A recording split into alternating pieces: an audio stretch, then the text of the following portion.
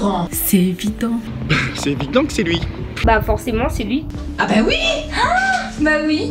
Du 26 au 29 mai, à 18h sur Vie.re, Radio Vie et RM9, venez à la rencontre de celui qui est le plus grand.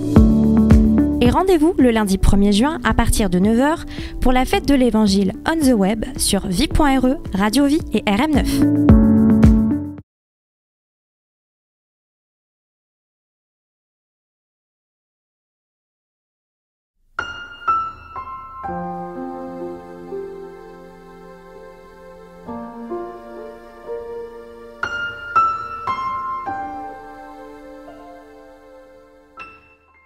Voilà, bonjour à chacun d'entre vous qui nous rejoignez sur vie.re. Très heureux de vous avoir pour ce culte du dimanche matin. J'aimerais, pour introduire tout ce programme, lire avec vous un passage des Écritures qui se trouve dans le psalmiste, donc le psaume 9. Nous allons lire du verset 1er jusqu'au verset 12 ensemble. Voilà ce qui nous est dit. Au chef des chantres, sur Meurs pour le Fils, psaume de David. Je louerai l'Éternel de tout mon cœur, je raconterai toutes tes merveilles. Je ferai de toi le sujet de ma joie et de mon allégresse, je chanterai ton nom, Dieu très haut. Mes ennemis reculent, ils chancellent, ils périssent devant ta face, car tu soutiens mon droit et ma cause. Tu sièges sur ton trône en juste juge. Tu châties les nations, tu détruis le méchant, tu effaces leur nom pour toujours et à perpétuité. Plus d'ennemis, des ruines éternelles, des villes que tu as renversées, leur souvenir est anéanti. L'Éternel règne à jamais, il a dressé son trône pour le jugement, il juge le monde avec justice, il juge les peuples avec droiture. L'Éternel est un refuge pour l'opprimé, un refuge au temps de la détresse. Ceux qui connaissent ton nom se confient en toi, car tu n'abandonnes pas ceux qui te cherchent, ô Éternel.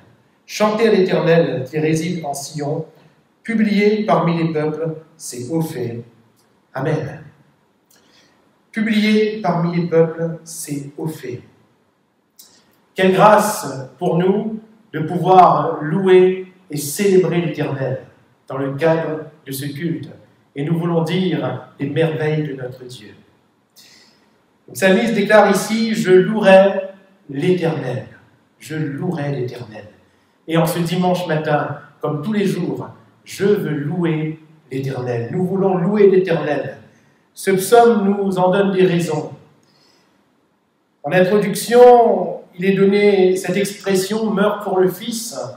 En hébreu, c'est un mot qui peut aussi se traduire par la mort du Fils. Et si nous voulons louer l'Éternel, c'est avant tout parce que le Fils de Dieu, est mort à la croix. C'est le moyen de notre salut et c'est aussi l'objet, la raison de nos louanges. Nous louons l'Éternel, nous dit ici ce psaume, pour toutes ses merveilles, et il est dit également publié parmi les peuples, comme nous l'avons répété tout à l'heure, c'est au fait. Nous louons l'Éternel pour tout ce qu'il fait. Alléluia. Combien l'Éternel a fait de grandes choses pour nous. Combien l'Éternel a fait des merveilles pour chacune de nos vies. Mais il est également dit « Je ferai de toi le sujet de ma joie. Je chanterai ton nom, Dieu très haut. » Nous louons l'Éternel, non pas seulement pour ce qu'il fait, mais nous le louons pour ce qu'il est. Nous voulons bénir son nom parce que nous le connaissons et parce qu'il s'est révélé à nos cœurs. Nous louons l'Éternel parce qu'il règne à jamais également, c'est ce que nous dit ce texte. L'Éternel règne à jamais. Et notre Dieu règne. Je ne sais pas ce par quoi tu passes, mais quelles que soient les preuves que nous traversons, sachons une chose, notre Dieu règne. Alléluia. Et enfin, nous louons l'Éternel, nous dit le texte, parce qu'il est un refuge. Un refuge. Et nous trouverons un secours sûr en lui.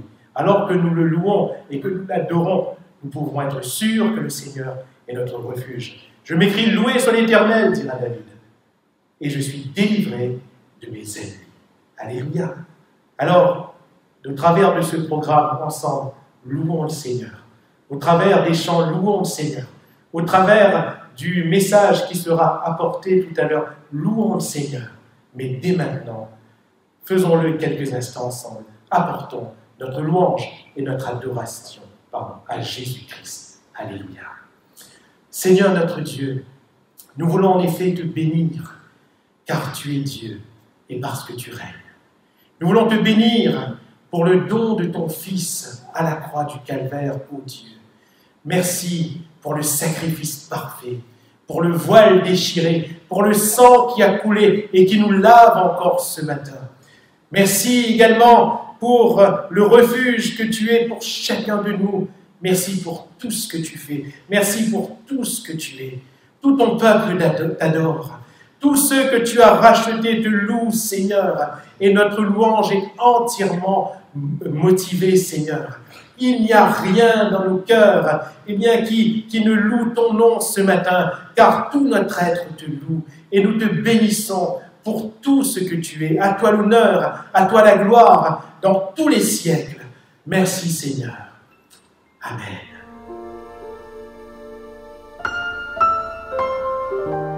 Saint-Esprit est là. Alléluia. Il est en nous, il est au milieu de nous. C'est pourquoi l'Église va encore se lever. Alléluia. Pour annoncer, pour proclamer le nom de Jésus. Alléluia.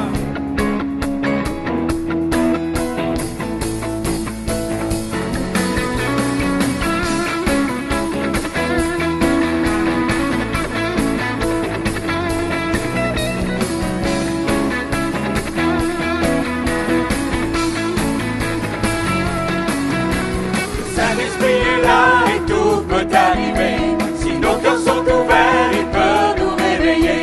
L'Église du Seigneur va encore se lever pour annoncer le nom de Jésus.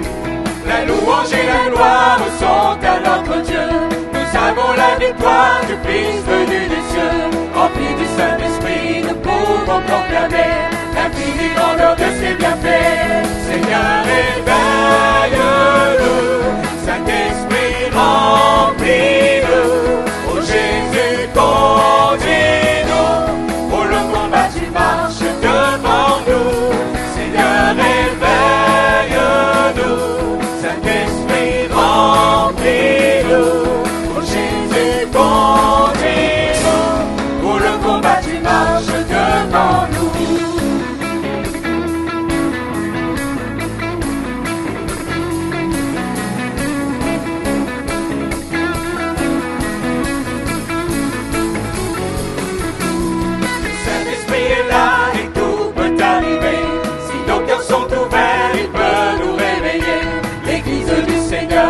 Encore se lever pour annoncer le nom de Jésus.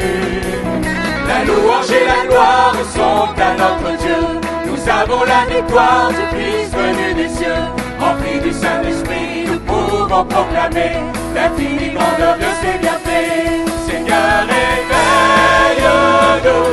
Saint-Esprit, remplis-nous. Oh Jésus, conduis-nous. Pour le combat, tu marches devant nous. Seigneur, éveille-nous. Saint-Esprit, remplis-nous. Oh Jésus, conduis-nous. Pour le combat, tu marches devant nous. Seigneur, éveille-nous. Saint-Esprit, remplis-nous. Oh Jésus, conduis-nous. Pour le combat, tu marches devant nous. Seigneur, éveille-nous. Saint-Esprit, remplis-nous. Oh Jésus, conduis-nous. Pour le combat, tu marches devant nous. Seigneur, éveille-nous. Saint-Esprit, remplis-nous. De tout votre cœur.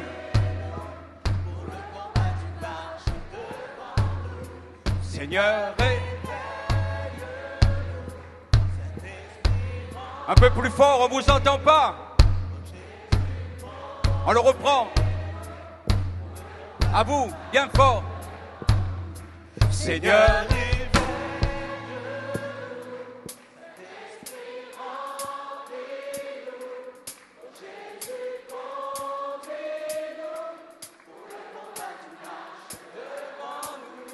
Seigneur, éveille-nous.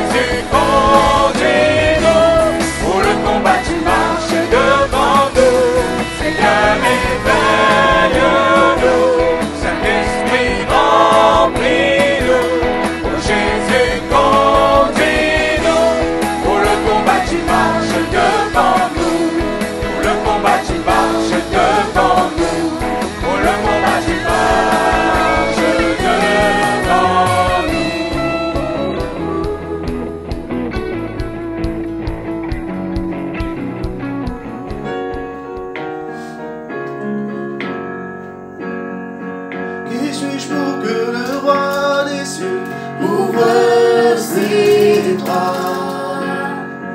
Perdu mais trouvé par sa grâce, son amour pour moi, son amour pour moi, il m'a libéré, ma dette est payée, je suis enfant de Dieu, je suis à lui.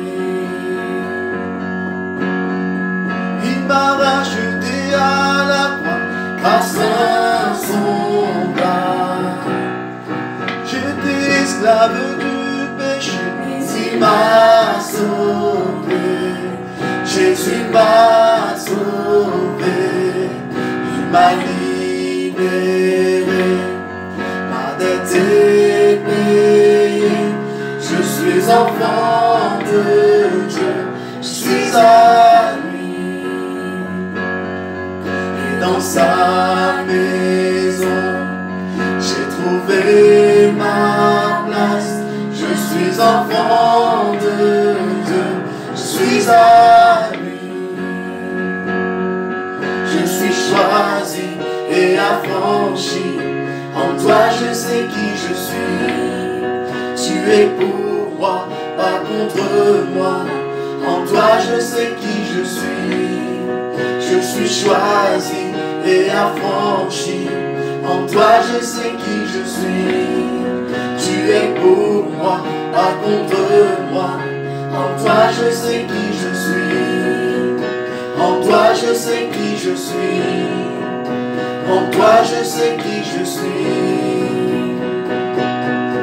Il m'a libéré, ma dette est payée, je suis enfant de Dieu, je suis à lui.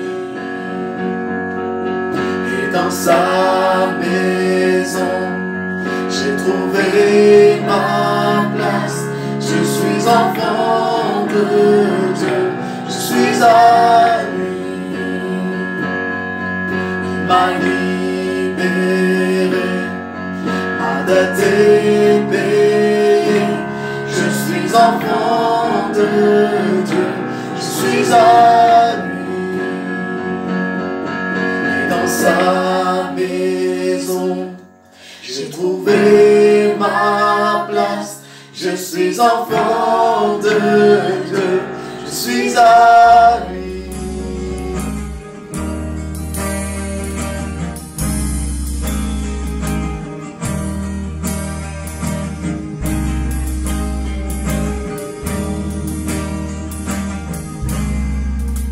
Jésus seul est mon espoir, lui la lumière, ma force, mon chant, bien angulaire, solide en bas, même quand l'orage devient violent. Oh quel amour, oh quelle paix, les luttes cessent, la peur se tait.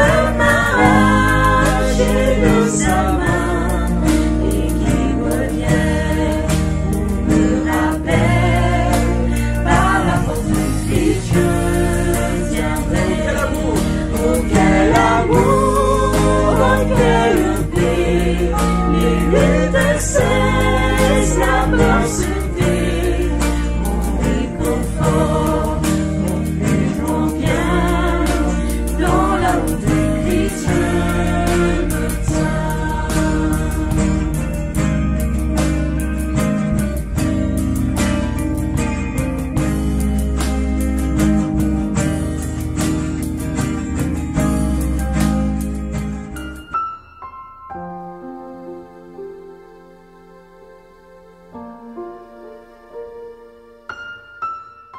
Nous vous saluons, bien-aimés, et nous sommes très heureux ce matin de pouvoir partager avec vous la bonne parole de Dieu. Le texte de la parole de Dieu que nous allons lire ce matin et qui nous servira de méditation pendant ce temps se trouve dans l'Évangile selon Marc, dans le chapitre 16, et nous lirons ensemble, vous pouvez le suivre également chez vous, à partir du verset 15. Voici ce qui est dit. Puis il leur dit, c'est-à-dire Jésus, « Allez par tout le monde et prêchez la bonne nouvelle à toute la création. Celui qui croira et qui sera baptisé sera sauvé, mais celui qui ne croira pas sera condamné. Voici les miracles qui accompagneront ceux qui auront cru en mon nom. Ils chasseront les démons, ils parleront de nouvelles langues, ils saisiront des serpents, s'ils boivent quelque breuvage mortel, il ne leur sera fait point de mal, ils imposeront les mains aux malades, et les malades seront guéris. Le Seigneur, après leur avoir parlé, fut enlevé au ciel, et il s'assit à la droite de Dieu. Ils s'en allèrent prêcher partout, et le Seigneur travaillait avec eux, et confirmait la parole par les miracles qui l'accompagnaient. Amen. Amen. Nous pouvons introduire le message de ce matin en nous posant une question. Est-ce qu'il est toujours d'actualité aujourd'hui d'annoncer le message de l'Évangile de Jésus-Christ? Est-ce qu'il est toujours d'actualité aujourd'hui de pouvoir, autour de nous et partout où nous nous trouvons, annoncer la bonne nouvelle du royaume de Dieu et annoncer le salut en Jésus-Christ? Oui, sans aucun doute, oui. Le message de l'Évangile est toujours d'actualité et Jésus-Christ est toujours le Seigneur qui est en mesure de sauver parfaitement ceux et celles qui croient en lui. La conclusion de l'Évangile de Marc ici n'est pas un terme, à la bonne nouvelle de l'Évangile. Elle est au contraire une introduction qui va entraîner tous ceux et toutes celles qui croient en Jésus à devenir des participants actifs et fervents dans la propagation de l'Évangile et dans le témoignage de Jésus-Christ. J'aimerais lire avec vous ce qui est écrit dans le livre des Actes. Voici ce qui est écrit au chapitre 1er du livre des Actes, au verset 1er du chapitre 1er. Théophile, j'ai parlé dans mon premier livre de tout ce que Jésus a commencé de faire et d'enseigner dès le commencement jusqu'au jour où il fut enlevé au ciel après avoir donné ses ordres par le Saint-Esprit aux apôtres qu'il avait choisis.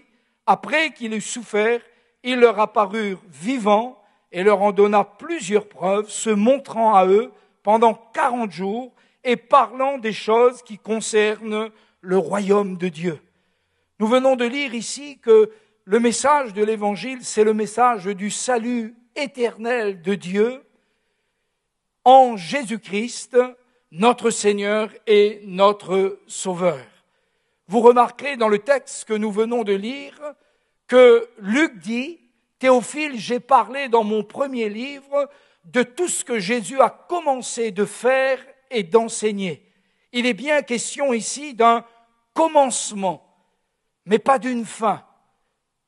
Il est ici question d'un commencement, et c'est le commencement de la bonne nouvelle de l'Évangile, chers amis, par lequel tout homme et toute femme peuvent être réconciliés avec Dieu par la foi en Jésus-Christ. La résurrection de Jésus était la joie des disciples. Vous savez, ils ont assisté à la crucifixion, plusieurs l'ont vu mourir, et la Bible dit que ce n'est pas comme un homme vaincu que Jésus est mort, mais il est mort comme un homme vainqueur après avoir accompli tout le plan de Dieu, pour l'humanité. Et derrière les dernières paroles de Jésus furent celles-ci: Père, voici, tout est accompli, je remets mon esprit entre tes mains. Et après la résurrection de Jésus, les disciples ont trouvé un puissant encouragement. Voyez-vous, celui en qui ils avaient cru, celui en qui ils avaient mis leur confiance, celui en qui ils avaient, fondé leur foi, voici qu'il est maintenant ressuscité d'entre les morts. Oh, et au début, ils ont eu du mal à croire dans la résurrection des morts, voyez-vous. Ils ont eu du mal à accepter le témoignage des femmes qui sont allées au sépulcre. Ils ont eu du mal à accepter le témoignage de ces disciples sur la route d'Emmaüs lorsque ceux-ci sont revenus et qu'ils ont dit, nous avons vu le Christ, il est ressuscité des morts. Thomas, l'un d'entre eux précisément, a dit, mais si je ne vois pas la marque des clous dans ses mains et si je ne mets pas ma main dans son côté, je ne croirai point. Mais la Bible dit que Jésus s'est montré à eux plusieurs fois et il leur a donné une preuve certaine de sa résurrection. Et voyez-vous, mes amis, la résurrection de Jésus était le leitmotiv des disciples. Maintenant, le Messie en qui ils avaient cru était réellement ressuscité d'entre les morts. Il était vivant et tout devenait possible. Alors la Bible dit que c'est avec une grande joie qu'ils s'en allèrent prêcher partout. Et la Bible dit que le Seigneur travaillait avec eux en confirmant sa parole par des signes, des prodiges et des miracles. Alors Jésus dit, dans la joie de cette résurrection, voyez-vous, il confie une mission à l'Église. Et c'est sur cette mission que j'aimerais m'arrêter quelques instants avec vous. Voici ce qui est dit: allez par tout le monde et prêcher la bonne nouvelle à toute la création. Voici la mission que Jésus va confier à l'Église. Celle d'aller par tout le monde et de prêcher la bonne nouvelle à toute la création. Mes amis, la Bible dit qu'il y a un seul Dieu et il y a aussi un seul médiateur entre Dieu et les hommes, Jésus-Christ, homme qui s'est livré lui-même en rançon pour nos péchés. Et Jésus demande à ceux qui ont cru en lui, à ceux qui ont vu sa résurrection d'entre les morts, il leur demande d'aller prêcher partout. Et c'est ce que nous faisons encore aujourd'hui, chers amis. Et c'est pour nous, la mission par excellence. C'est celle d'aller partout et de prêcher la bonne nouvelle de l'Évangile. C'est la grande mission de l'Église et des croyants. Dans le livre des Actes, dans le chapitre 1er, et au verset 8, Jésus dit ceci: vous recevrez une puissance, le Saint-Esprit survenant sur vous, et vous serez mes témoins. Dans quelques jours, nous allons célébrer la fête de la Pentecôte. Et en ce lundi qui vient, plusieurs célébreront cette fête de la Pentecôte. Mais la fête de la Pentecôte, c'est vraiment l'effusion du Saint-Esprit. Et dans cette chambre haute, la Bible dit qu'au jour de la Pentecôte, ils furent tous remplis du Saint-Esprit et se mirent à parler en d'autres langues, selon que l'Esprit leur donnait de s'exprimer. Mais retenez ce que dit Jésus: vous recevrez une puissance et vous serez mes témoins. C'est vraiment, chers amis, par la puissance du Saint-Esprit que l'Église est appelée à être des témoins fervents et des témoins vivants du Seigneur Jésus. Lorsque les premiers chrétiens, après avoir vécu le baptême dans le Saint-Esprit, après avoir reçu la promesse du Seigneur, lorsque ces premiers chrétiens se rassemblaient, ils avaient tendance de se retrouver souvent ensemble.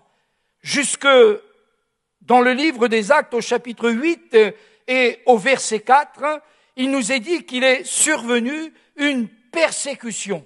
Une persécution. La persécution était violente. Beaucoup étaient arrêtés, jetés en prison. Beaucoup, se retrouvaient torturés à cause de leur foi dans le Seigneur Jésus. Mais voyez-vous, cette persécution dont Dieu avait le parfait contrôle, cette persécution a servi à quelque chose d'extraordinaire. Elle a servi à ce que cette église de Jérusalem, si je peux m'exprimer ainsi, explose. Et à cause de la persécution, plusieurs des chrétiens, plusieurs des croyants, une grande majorité d'entre eux s'en allèrent dans les villes avoisinantes et ils ont commencé à annoncer l'évangile. Et c'est à partir de ce moment que, le Seigneur a commencé à travailler avec chacun d'entre eux et à faire des signes, des prodiges et des miracles. Nous ne devons pas être des consommateurs de réunions, de programmes, d'émissions, mais nous devons être de véritables témoins de Jésus-Christ. Je me suis posé la question, et si l'Église tout entière, si chacun des frères, chacune des sœurs, s'attachant au Seigneur, vivant cette plénitude du Saint-Esprit, vivant cette puissance d'en haut, qu'ils ont reçue, se mettaient à témoigner de Jésus en tout lieu. Que se passerait-il sur notre île? Je vais vous le dire, chers amis, je crois que, en très peu de temps, nous écrirons, vous et moi, une nouvelle page du livre des Actes. Nous écrirons encore un nouveau chapitre du livre des Actes, parce que, voyez-vous, le Seigneur qui est ressuscité d'entre les morts, qui est assis à la droite de Dieu, il a en vue, le salut d'un plus grand nombre, et ce qu'il veut, chers amis, ce qu'il veut, c'est se servir de vous et de moi. Et ce matin, j'aimerais vous rappeler, que nous avons reçu la puissance, non pas pour être seulement ensemble et pour nous faire du bien, mais nous avons reçu la puissance d'en haut, c'est-à-dire le Saint-Esprit qui a été promis, afin que nous soyons les témoins de Jésus à Jérusalem, en Judée, en Samarie et jusqu'aux extrémités de la terre. Et chaque fois que l'Église de Dieu, chaque fois que les croyants se sont attachés à cet acte d'évangélisation, chaque fois où quelqu'un rempli du Saint-Esprit s'est attaché à rendre témoignage de Jésus-Christ, il est merveilleux de voir, chers amis, comment le Seigneur, en étendant ses mains, a fait des signes, des prodiges et des miracles. Le temps nous manquerait ce matin, au travers des témoignages que nous avons vécus, nous, nos frères et nos sœurs, dans le témoignage de Jésus-Christ, voir comment le Seigneur a confirmé la parole et comment il a agi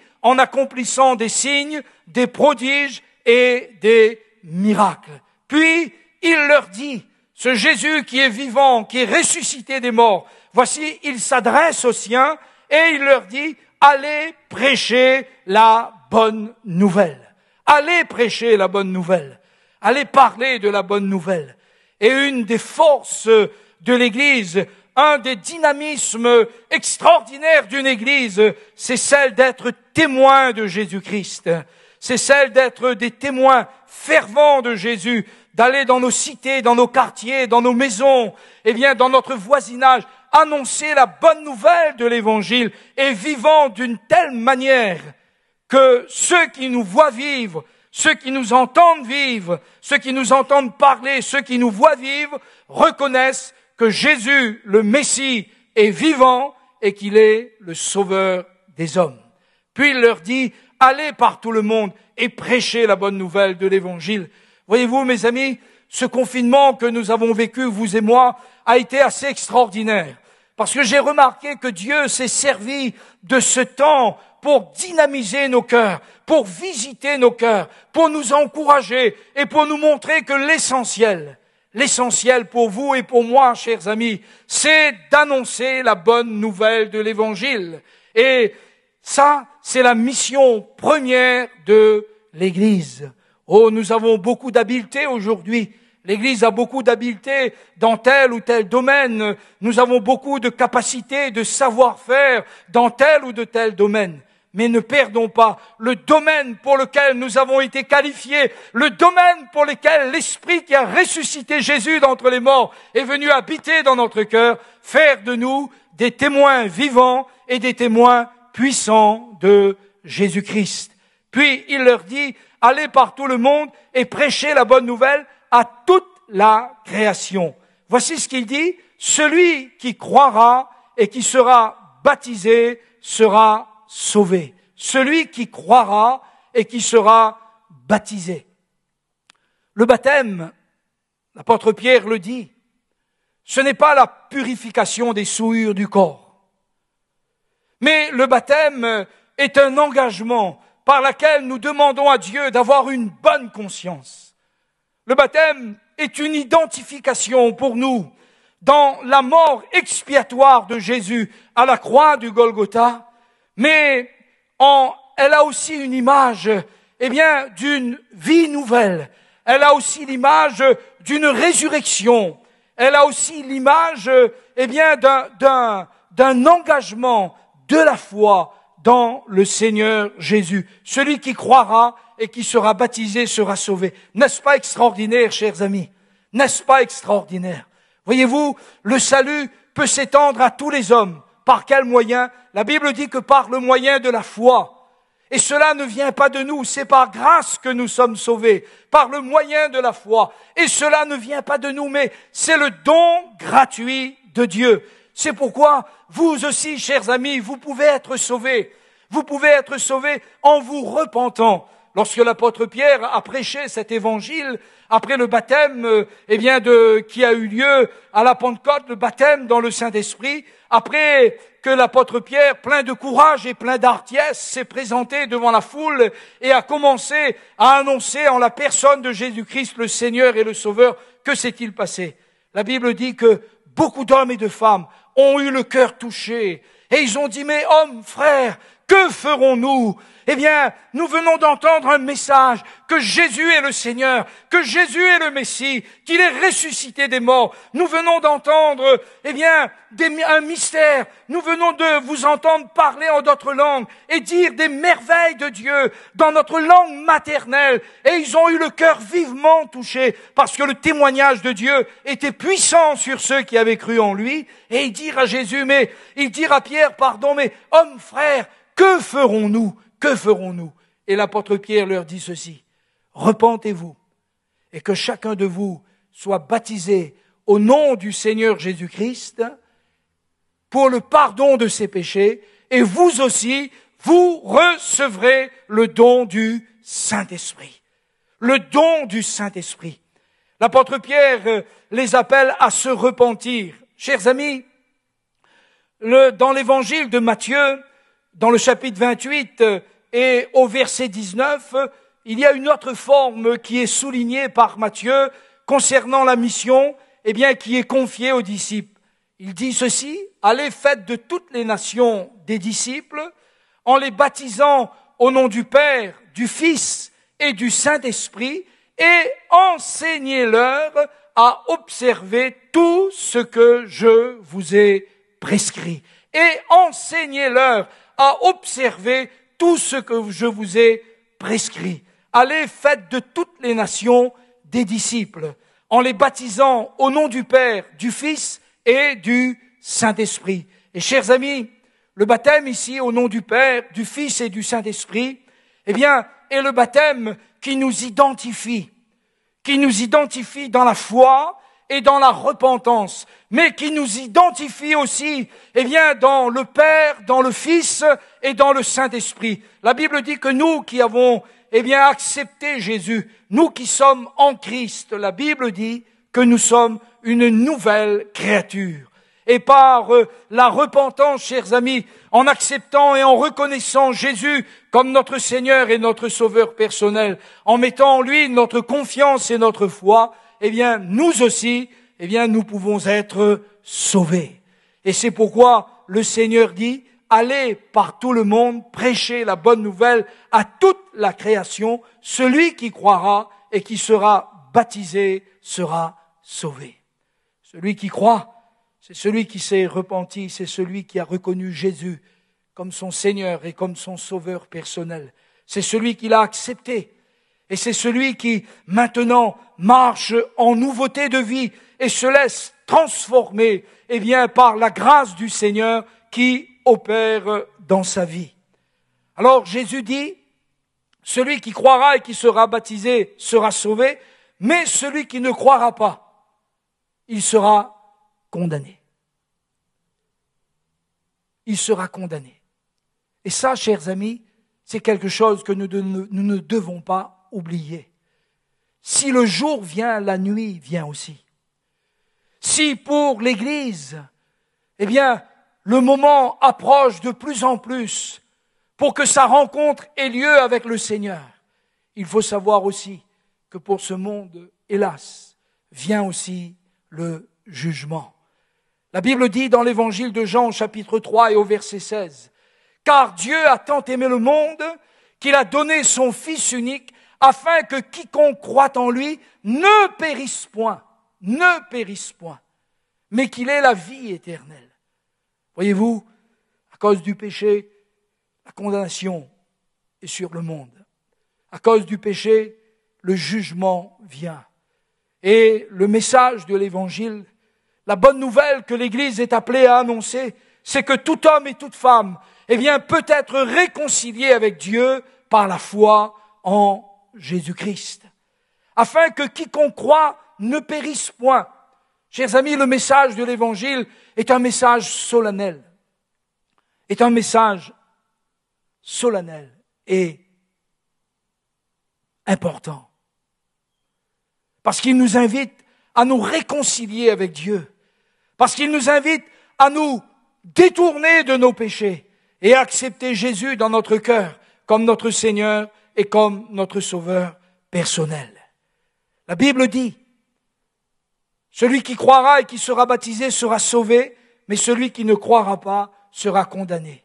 Et ce n'est pas pour rien que le salut est proclamé premièrement, parce que ce que Dieu veut, chers amis, ce que Dieu veut, c'est que tous les hommes soient sauvés. Et nous voyons que c'est à cette grande mission que Jésus s'est attaché. C'est à cette grande mission que les premiers disciples se sont attachés.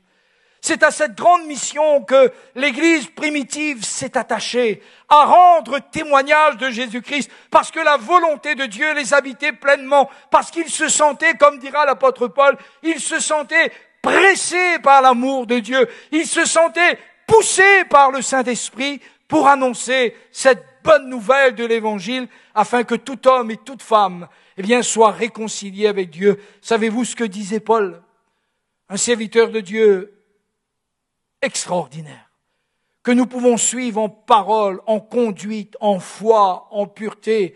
Voilà ce qu'il dit. Il dit, malheur à moi si je n'annonce pas l'Évangile. Je réalise que tous ceux qui ont été animés par l'Esprit de Dieu, tous ceux qui ont reçu, le don du Saint-Esprit, tous ceux qui ont rencontré Jésus ressuscité, ils n'ont de joie et ils n'ont de cesse que d'annoncer la bonne nouvelle de l'Évangile. Oh, nous devons tout mettre en œuvre dans nos cœurs, dans la prière, dans le jeûne, dans nos efforts. Nous devons tout mettre en œuvre pour que chaque chrétien devienne un disciple accompli et qu'il puisse, là où il est, rendre témoignage de Jésus-Christ. Alors, voyez-vous, ce témoignage, il est extraordinaire. Parce que Jésus dit tout de suite, voici les miracles qui accompagneront ceux qui auront cru. Il y en a qui disent que le temps des miracles est passé. Tout simplement parce qu'ils n'ont pas cette foi de l'Évangile. Pourquoi les miracles sont toujours d'actualité? Je vais vous répondre, chers amis, bibliquement parlant, parce que ce Jésus, il est le même hier, aujourd'hui et éternellement. Nous l'avons lu tout à l'heure dans le livre des Actes. Il était question, comme le dira Luc à Théophile, dans mon premier livre, j'ai parlé de tout ce que Jésus a commencé de faire. Et même à cette conclusion de l'évangile de Marc, cette conclusion du ministère terrestre de Jésus, c'est le commencement, de l'évangélisation du monde. Et voilà pourquoi il est parlé de miracles. Crois-tu au miracle, mon ami? Crois-tu au miracle? Alléluia. Comment ne pas croire au miracle? Comment ne pas croire au miracle quand nous croyons que le Messie en qui nous avons placé notre confiance est ressuscité d'entre les morts? Et je comprends la joie des disciples lorsque même devant la menace, des religieux de l'époque, ils disaient, mais réfléchissez vous-même et dites-nous vous-même s'il est préférable d'obéir à Dieu plutôt qu'aux hommes. Ils avaient rencontré, ils avaient vu Jésus ressuscité. Alors ils étaient pleins de foi dans le Messie et surtout, ils étaient remplis du Saint-Esprit. Ils étaient remplis du Saint-Esprit. La plénitude de l'Esprit agissait en eux. Ils n'étaient pas pentecôtistes de nom. Ils étaient des pentecôtistes fervents. Ils étaient des hommes et des femmes remplis du Saint-Esprit. Le mot rempli, dans la parole de Dieu, en Éphésiens 5, 18, est synonyme d'une abondance constante. Il est synonyme, d'une abondance qui jaillit. Jésus n'a-t-il pas dit dans l'évangile de Jean, au chapitre 7 et au verset 37, n'a-t-il pas dit cela au grand jour de la fête? Si quelqu'un a soif, qu'il vienne à moi et qu'il boive. Et de son sein jaillira alors des fleuves d'eau vive qui jailliront jusque dans la vie éternelle. Et la Bible dit, il dit cela de l'Esprit que devait recevoir. As-tu reçu l'Esprit, mon ami? As-tu reçu l'Esprit de Jésus? As-tu reçu l'Esprit, de puissance, comme il est question dans la parole de Dieu, comme il est question de ce dynamisme, que ceux et celles qui se sont repentis ont reçu dans leur cœur, en recevant, le baptême dans le Saint-Esprit et surtout en cultivant cette plénitude de l'Esprit en chacun d'eux. Les miracles qui accompagnent. Les miracles qui accompagnent. Et c'est un homme de la Bible, et c'est l'apôtre Paul qui va dire dans 1 Corinthiens 2 au verset 4. Voici ce que l'apôtre Paul dit, lui, dans son témoignage de l'Évangile. Il dit, ma parole et ma prédication ne reposez pas sur les discours persuasifs de la sagesse, mais sur une démonstration d'esprit et de puissance. Une démonstration d'esprit et de puissance. L'apôtre Paul était émerveillé lorsqu'il annonçait l'Évangile. Il était émerveillé de voir, le mouvement que l'Esprit faisait. Il était émerveillé de voir comment dans l'auditoire, le Saint-Esprit agissait, les aveugles voyaient, les sourds entendaient, les boiteux marchaient, les morts ressuscitaient. Et l'apôtre Paul avait beaucoup de joie à annoncer l'Évangile. Savez-vous pourquoi, chers amis?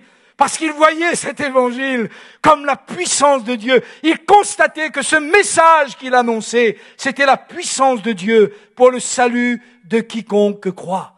Alors, réfléchissez. Voici les miracles qui accompagneront ceux qui auront cru. Alors, ceux qui croient, bien évidemment, ce sont ceux qui prêchent. Ce sont ceux qui prêchent. Mais ceux qui croient sont aussi ceux qui écoutent. Ceux qui prêchent, c'est parce qu'ils croient. Ils croient que Jésus est le Seigneur. Ils croient que Jésus est le Christ, le Fils du Dieu vivant. Ils croient que Jésus baptise dans le Saint-Esprit. Et ils croient que Jésus fait des signes, des prodiges et des miracles. Mais ceux qui écoutent, ce sont aussi ceux qui croient. Lorsque Jésus prêchait l'Évangile, il agaçait quelque peu les religieux. Il les mettait mal à l'aise. Parce que, au travers de la parole de Dieu, il leur montrait ce qui était l'essentiel, voyez-vous. Jésus ne s'est jamais arrêté à un beau discours. Et pourtant, on a dit de lui, jamais homme n'a parlé comme cet homme. Jésus ne s'est pas complu dans un bon message, chers amis. Sa vocation allait au-delà de ces choses. Son but à lui, c'était de sauver. Son but à lui, c'était que les hommes et les femmes, se repentent de leurs péchés et le reçoivent dans leur cœur comme leur Seigneur et leur Sauveur personnel. Et la Bible dit que l'Évangile était accompagné d'une démonstration. Et j'aime beaucoup quand Paul dit d'une démonstration d'esprit. Allez savoir tout ce qui pouvait se passer lorsque la prédication de l'Évangile était annoncée. Lorsque des hommes et des femmes remplis du Saint-Esprit, vivant dans la communion du Christ ressuscité, baptisés de ce feu du ciel, allaient savoir tout ce qui pouvait se passer, en miracles, en signes, en prodiges, qui se manifestaient par la foi au nom de Jésus. Ceux qui prêchaient par la foi au nom de Jésus, alors ils voyaient des miracles, et ceux qui écoutaient, ils avaient aussi foi dans le nom de Jésus, et c'est pour cela que la Bible dit qu'il y avait des signes, des prodiges et des miracles. Celui qui croira et qui sera baptisé sera sauvé. Voici les miracles qui accompagneront ceux qui auront cru en mon nom. Ils chasseront les démons. Nous habitons dans une ville où nous avons vu beaucoup de ces choses se manifester. Ils parleront de nouvelles langues. Ils imposeront les mains aux malades et les malades seront guéris. Quelle bonne nouvelle, chers amis! Quelle bonne nouvelle que la nouvelle du Christ ressuscité, du Christ qui baptise dans le Saint-Esprit, c'est aussi le Christ qui guérit. C'est aussi le Christ qui guérit. Et j'aimerais conclure, ce message ce matin par ce qui est dit au verset 19 et 20. Le Seigneur, après leur avoir parlé, fut enlevé au ciel, et il s'assit à la droite de Dieu, et ils s'en allèrent prêcher partout. Le Seigneur travaillait avec eux et confirmait la parole par les miracles qui l'accompagnaient. La conclusion de l'évangile de Marc repose sur 3 choses. Premièrement, le Seigneur a été enlevé au ciel. C'est aussi ce que nous dit le Saint-Esprit dans le livre aux Hébreux. Après avoir fait la purification de nos péchés, il s'est assis à la droite de la majesté divine dans les lieux célestes. Alléluia!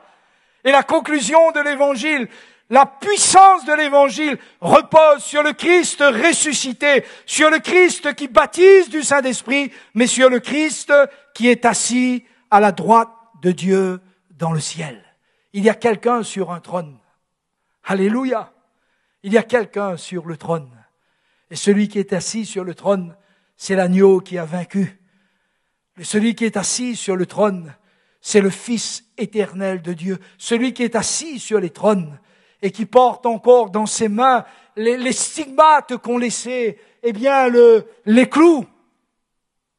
Celui-là, c'est Jésus. Il y a un homme dans la gloire, si on peut le dire ainsi. C'est aussi le Fils de Dieu. C'est Jésus-Christ, le Fils de Dieu. Le Seigneur, après leur avoir parlé, fut enlevé au ciel.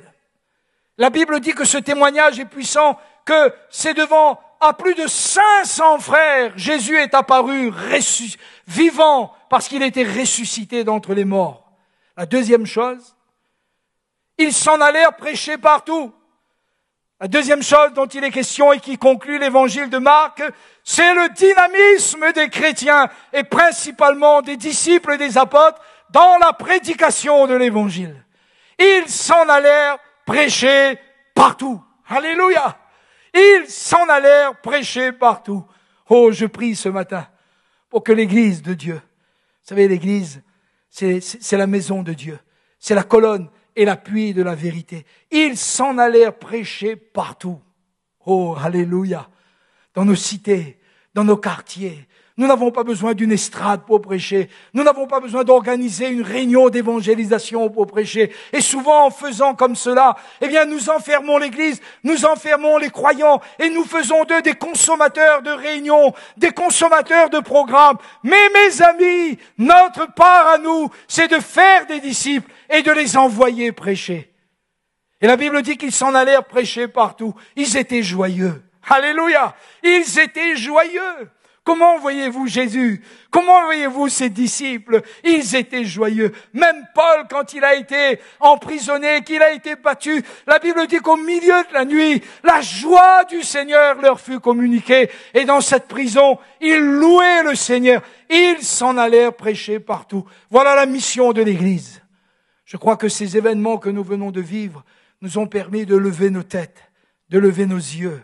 Ces événements que nous venons de vivre nous ont permis de vivre la réalité de la foi d'une manière personnelle et combien nous allons recueillir des fruits extraordinaires parce que je crois que d'une manière toute merveilleuse, le Seigneur a visité son Église. Et je suppose que plusieurs sont comme des chevaux de course, sur la ligne du départ, attendant que, de nouveau l'occasion leur soit donnée d'aller partout et de prêcher la bonne nouvelle de l'Évangile. Voilà notre ordre de mission. Voilà l'ordre de mission.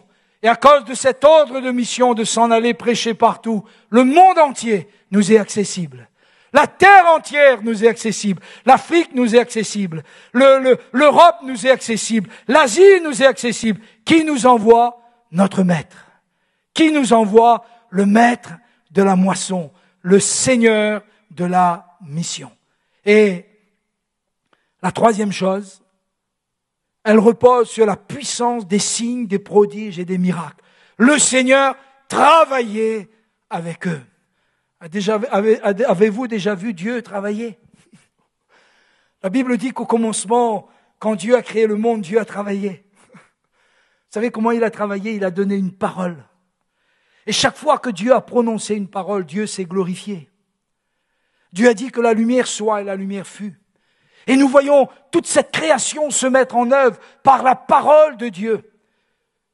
Chaque fois que Dieu parle, Dieu se glorifie. Chaque fois que Dieu travaille, Dieu se glorifie. Et le Seigneur travaillait avec eux. Et la Bible dit qu'est-ce qu'il faisait? Il confirmait la parole. Alléluia. Il confirmait la parole. Amen. Oh, moi je veux bénir le Seigneur pour sa parole. Car la parole de Dieu, nous dit Hébreux 4:12, est vivante, efficace, tranchante, pénétrante, séparant jointure et moelle, âme et esprit. Elle juge les sentiments et les pensées des cœurs. La parole. Oh, l'Église est appelée aujourd'hui à aller et à prêcher cette parole. L'Église est appelée aujourd'hui, à proclamer cette parole, ce message de l'Évangile. Oh, voilà notre qualification. Voilà la mission qui nous est confiée.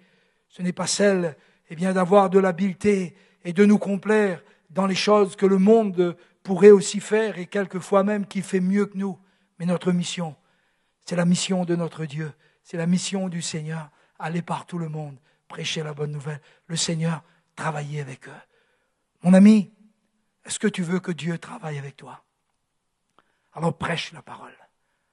Un jour, un homme considérait les besoins qu'il y avait autour de lui. La jeunesse. Souvent, nous, on croit que la jeunesse a besoin d'autre chose que de la parole. Considérer les troisième âges. Il pensait, voilà. Et il posait la question à Dieu. Seigneur, et pour ces jeunes, que faut-il que je fasse? Le Seigneur lui dit, prêche la parole. Et il dit, mais Seigneur, pour ces personnes âgées, que faut-il que je fasse? Le Seigneur lui répond, prêche la parole. Et il dit, Seigneur, mais pour tous ces hommes qui sont là et qui semblent peut-être désintéressés, qu'est-ce que je dois faire? Le Seigneur lui dit, prêche la parole. Seigneur, et pour ces malades, pour ceux qui sont infirmes, pour ceux qui sont aveugles, le Seigneur lui dit, prêche la parole. Prêche la parole. Oh mon ami, prêche la parole. Que l'Église de Jésus-Christ se lève et qu'elle prêche la parole. Et je prie pour que nous écrivions, vous et moi ensemble, dans ces temps particuliers, que nous écrivions ensemble une nouvelle page du livre des Actes des Apôtres. Et on dira dans le ciel, et le Seigneur travaillait avec eux. Ils s'en allaient à prêcher partout, et le Seigneur travaillait avec eux. Mon frère, ma sœur, que Dieu te bénisse ce matin. Je te souhaite de vivre dans la foi au Christ ressuscité. Je t'invite non pas à te souvenir de la fête de la Pentecôte, mais à être rempli du Saint-Esprit, à laisser jaillir cette flamme de Dieu qui est dans ton cœur. Et je t'invite là où tu es, que l'occasion soit favorable ou non. Favorable ou non, prêche la parole, insiste en toute occasion. Nous prions ensemble pour que le Seigneur nous bénisse. Nous voulons te remercier, Seigneur, parce que nous ne sommes pas sans but. Nous ne sommes pas sans vision, Seigneur. Nous ne sommes pas en train de tâtonner, nous ne sommes pas en train de frapper en battant l'air. Seigneur, tu as fait de ton Église tes témoins et nous avons reçu la puissance pour être témoins de Jésus-Christ. Visite l'Église, Seigneur, visite-la puissamment et que ton esprit en nous ranime, Seigneur, notre zèle pour la maison de Dieu, notre foi dans le Christ, dans le Fils du Dieu vivant. Nous voulons te donner gloire, Seigneur, et nous te prions de nous garder dans ta paix, dans ton zèle et dans ta foi, au nom de Jésus. Amen. Chers amis, sur ce, je vous dis à bientôt, peut-être, que Dieu vous bénisse et vivez dans la paix.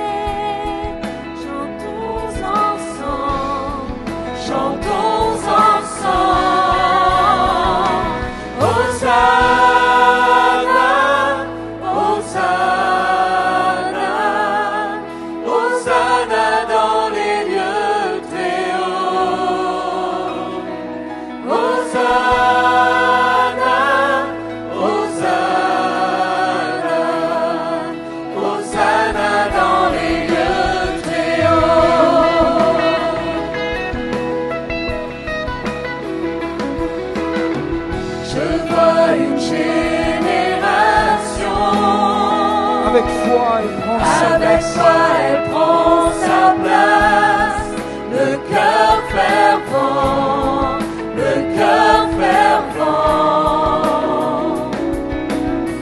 Je vois une nouvelle passion, alors que nous cherchons sa face, nous humilions, nous humilions.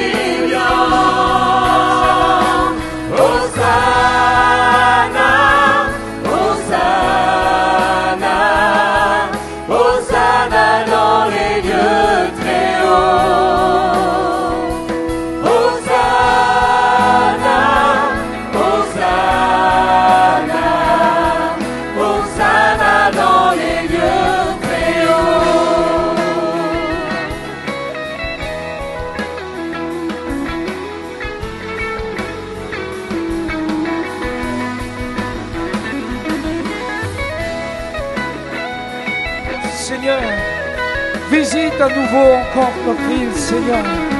Manifeste encore ta gloire au milieu de nous, Seigneur. Guéris-moi et rends-moi plus. Ouvre mes regards aux choses invisibles. Ouvre mon regard aux choses invisibles.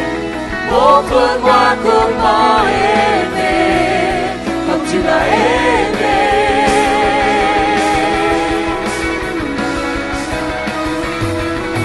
Je veux pleurer avec toi. Donner ma vie pour la cause de ton nom. Donner ma vie pour la cause de ton nom. Marcher les yeux plongés dans l'éternité.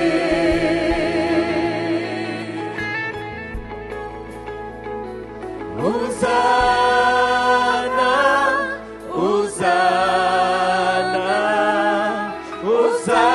dans les lieux très hauts.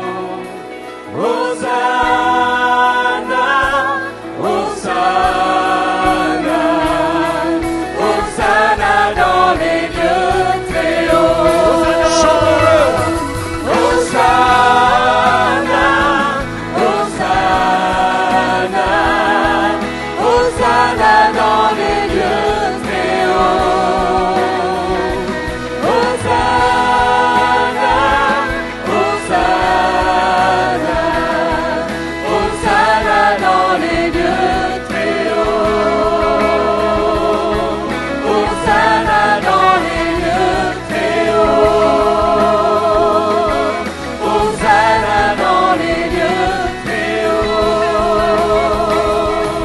Hosanna dans les lieux très hauts. Nous arrivons au terme de notre culte Et nous remercions le pasteur Daniel Técher pour la prédication de l'Évangile. Que la parole de Dieu, chers amis, demeure dans nos cœurs dans toute sa richesse. Aussi, merci également à l'équipe de vie.re. Ça a été notre 10e culte collaboratif et nous remercions toute l'équipe qui a déjà réalisé ces émissions précédemment et encore aujourd'hui. Et nous voulons toujours les accompagner dans nos prières. Croyons aussi que par ce moyen, par les médias, beaucoup d'âmes, beaucoup de personnes se sont déjà tournées, données au Seigneur, et nous pouvons rendre grâce à Dieu pour l'œuvre qu'il accomplit dans les cœurs. À son œuvre, elle n'est que splendeur et magnificence. Nous allons terminer par quelques sujets de prière. Continuons à prier pour notre gouvernement, pour les autorités, pour notre île, pour que Dieu nous bénisse tout à chacun. Prions aussi pour l'équipe médicale dans ce qu'ils auront encore à faire. Prions aussi, chers amis, pour les personnes âgées, pour que Dieu aussi les entoure de ses puissants bras d'amour. Aussi, nous avons également une pensée pour les détenus dans les différentes prisons. Vous savez, l'Écriture nous invite à nous souvenir des prisonniers, comme si nous étions aussi prisonniers. Alors, souvenons-nous aussi des détenus dans les différentes prisons dans nos prières. Une pensée aussi particulière pour les jeunes, pour les ados, pour les enfants qui actuellement, de par cette crise sanitaire, sont obligés de faire des cours à distance. Alors prions aussi pour que Dieu bénisse les jeunes, les enfants, les ados, sans oublier les enseignants. Oui, que Dieu renouvelle les forces de chacun, et les jeunes aussi qui ont des choix à faire dans leur orientation. Prions pour que là aussi la direction de Dieu leur soit accordée. Je vous demande de vous joindre à moi dans l'action de grâce et dans la prière. Père Céleste, merci pour ta grâce excellente. Merci pour ce moment béni passé dans ta présence. Tu nous fais du bien par les chants des cantiques, tu nous fais du bien par ta parole, Seigneur, et nous voulons garder le bon dépôt de ta parole. Seigneur, il est vrai, nous te remercions pour l'œuvre que tu fais dans les cœurs. Oh, tu travailles dans le secret, Seigneur, et tu fais tout à merveille. Oui, nous pensons, il est vrai, Seigneur, à encore quelques personnes particulièrement, aux personnes âgées. Fortifie encore ces aînés, Seigneur. Nous prions également pour les détenus dans les différentes prisons. Nous croyons qu'ils ne sont pas oubliés de toi, Seigneur, mais que tu as les regards sur chacun d'entre eux.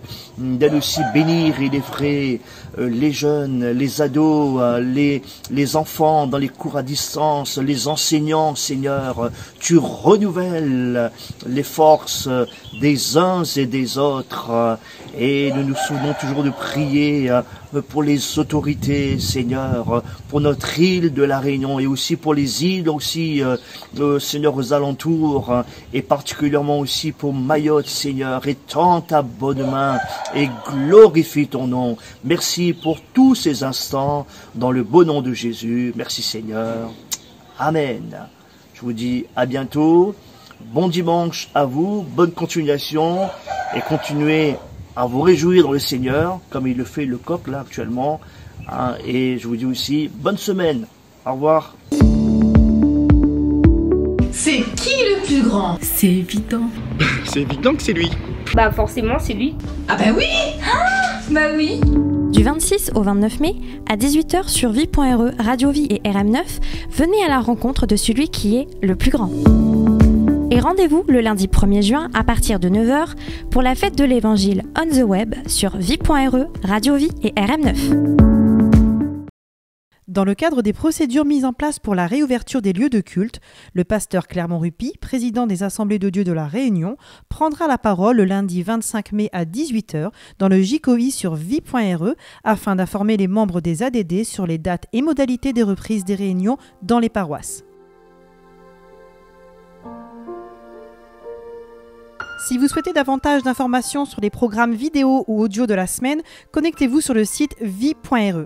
Nous vous encourageons également à écouter les 2 radios chrétiennes de l'île, Radio Vie qui diffuse dans le nord, l'est et le sud, et RM9 qui diffuse dans l'ouest. Ces 2 radios diffusent également sur Internet. Vous pouvez également retrouver toutes les informations sur le site addréunion.fr, le site officiel des Assemblées de Dieu de la Réunion. Vous y trouverez tous les communiqués officiels, ainsi que les coordonnées des pasteurs de votre région. Vous y trouverez également les sujets de prière. Que Dieu vous bénisse et à très bientôt sur vie.re.